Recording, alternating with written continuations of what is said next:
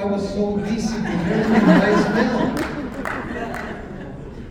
Marijuana is legal in many states, in the United States, in Nevada, New York. I went to fights that by the main event, everybody's so. How we? Do you want to explain what we do with the THC? Yes, so bottom line is we were the first organization to ever remove cannabinoids, which is marijuana, THC, from our testing. And I remember discussing that with Dr. Romansky. He was on our board. That was a good thing to do.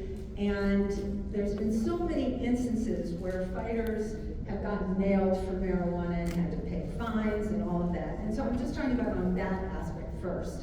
So we do not, Vada and the WBC Clean Boxing Program, do not find it to be performance enhancing. Now, in the World Anti-Doping Agency, they continue to list cannabinoids, marijuana, even though they would like to take it out of there.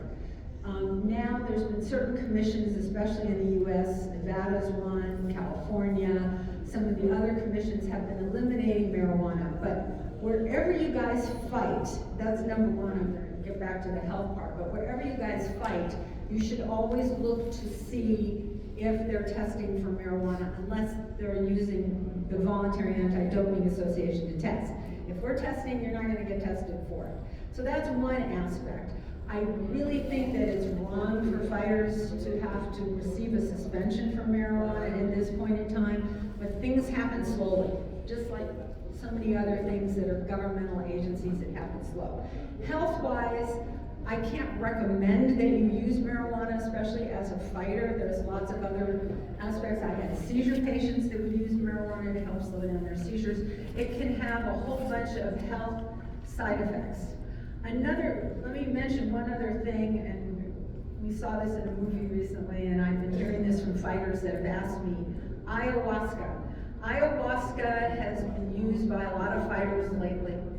It is not considered a prohibited illicit substance, but it's often manufactured with prohibited substances. So when I get these messages from fighters, can I take ayahuasca? Can I use it for my thigh? Can I use it for this? I really caution them to make sure if they do want to do it, I don't recommend it, especially it can be a hallucinogen, and that's like the last thing you need in the middle of a fight. But also it can be manufactured with contaminants that could endanger your health or cause a positive drug test. I mean, if I drive drunk, same thing. If I drive after smoking a joint, that's illegal. Yes. And I can get killed or kill somebody else. Of course. How can you go into the ring? You can. Sure. How can you train and then put that pressure in your brain and then next day get more punches in sparring? I agree with you 100%, and I don't think any fighter should use anything like that. But the other thing, is it considered a performance enhancement? No. Is it a performance inhibitor? Just like alcohol is. You know, alcohol, believe it or not, for the World Anti-Doping Agency and commissions for where you would go test it, they don't test for alcohol. I mean, how can that be? So, you know, I agree with you, and that's why it's important if you have a good commission with doctors that will examine you. God forbid to see anybody that looks like they're under the influence, just like with alcohol, just like with marijuana, you shouldn't be competing.